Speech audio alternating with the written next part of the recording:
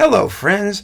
This is Dave Hurwitz, executive editor at ClassicsToday.com, here with number 16 of Miniature Masterpieces. And this was another one suggested by you out there in Cyberland. And this is really an exciting one for me because this is a composer I really, really like and enjoy plugging. We're talking about Norwegian composer Geirr Tveitt. Now, who was Geirr Tveitt?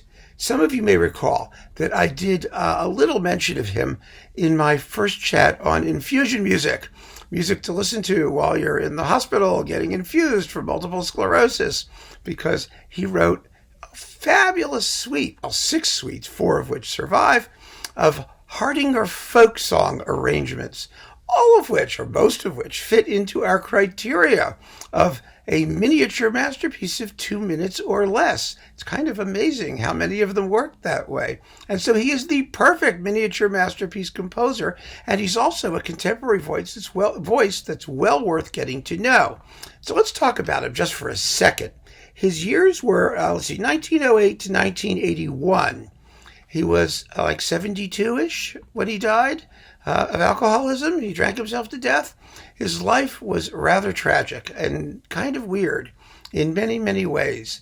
He was in the 1920s and 30s, he became sort of a nouveau heathen, something pagan follower, something whatnot guy, which meant he tried to replace Christianity with some sort of return to the old Norse gods things. I mean, it was completely stupid and demented.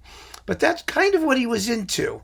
And this was naturally rather closely associated with the rise of Nazism and, of course, anti-Semitism, which, I mean, whatever you believe, anti-Semitism is part of it normally. And this did not sit well, obviously, with the powers that be after the war. And his style was also folky and nationalistic and quasi-tonal, but not without its modernistic elements. And he wrote tons of music, over 300 pieces or so. And so after the war, having lost the war and presumably lost his faith, and heaven knows what his faith was, he retired to his farm and stuck everything in a barn, all of his manuscripts neatly cataloged, where they promptly burned down, which was, of course, an incalculable loss to him personally and to a certain degree to music generally. And since then, the Norwegian Music Information Society has been peeling off layers of singed manuscript, trying to reconstruct some of this stuff, in addition to the small amount that was actually published or had copies that existed elsewhere because it was performed. That is his legacy. And there are a bunch of piano concertos, and there's potentially lots more stuff. There's a ballet, there's some tone poems. It's very, very interesting music, I think, and especially in terms of its absorption of the Norwegian folk idiom in a kind of Bartokian sort of way. And this music is just getting rediscovered. Well, the past, decade, 2 decades or so. And really, it's marvelous, marvelous music. And for people who feel kind of queasy because he was kind of a confused, revolting guy, I just think we need to bear in mind something. And, this has sort of been my philosophy over the years when it comes to things like this, because I've also seen a lot of talk about it in the comments, whether so-and-so was a Nazi or so-and-so was a communist or so-and-so was a whatever. Composers are just like everybody else, only sometimes worse. And they have no obligation to be nice people or thoughtful or spiritual or cultural or elevated in taste or even particularly smart. In fact, a lot of them were notably stupid. I mean, they happen to be. The one thing that a composer has to be is talented. That's the only thing we have any right to expect of them.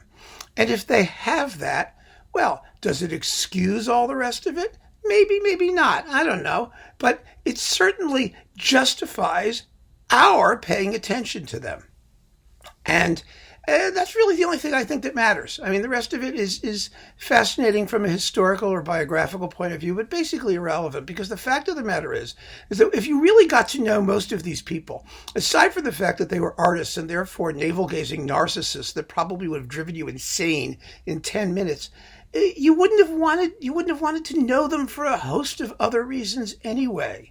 Look at the families that they had, how horrible they turned out to be, how miserable their children are, how money-grubbing and parasitic their descendants are. I mean, the whole thing is horrible.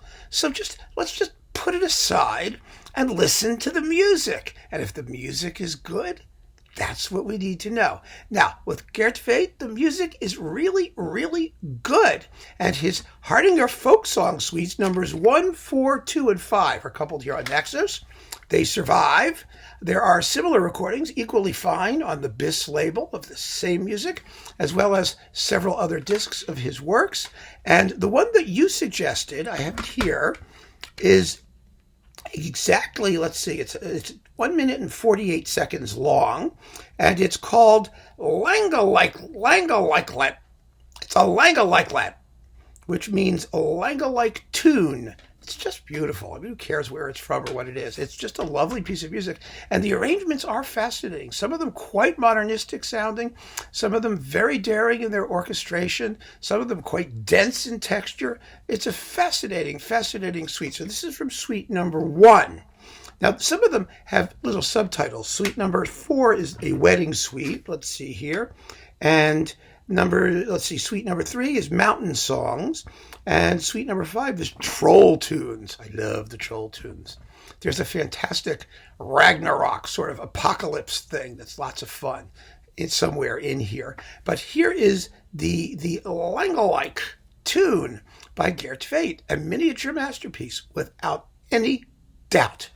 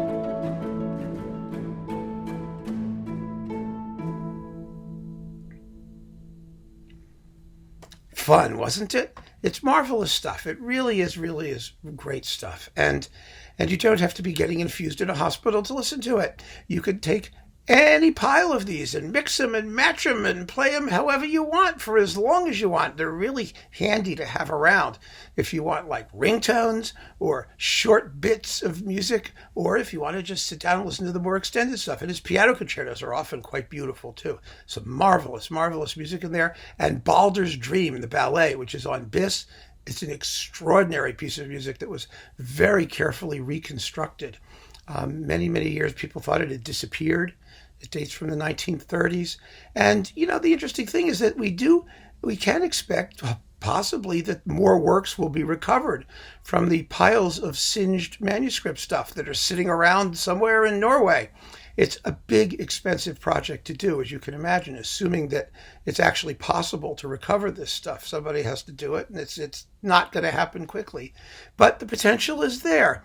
And in the meantime, we can enjoy these splendid suites and the miniature masterpieces that they represent. So keep on listening, folks. Thank you for joining me. Take care.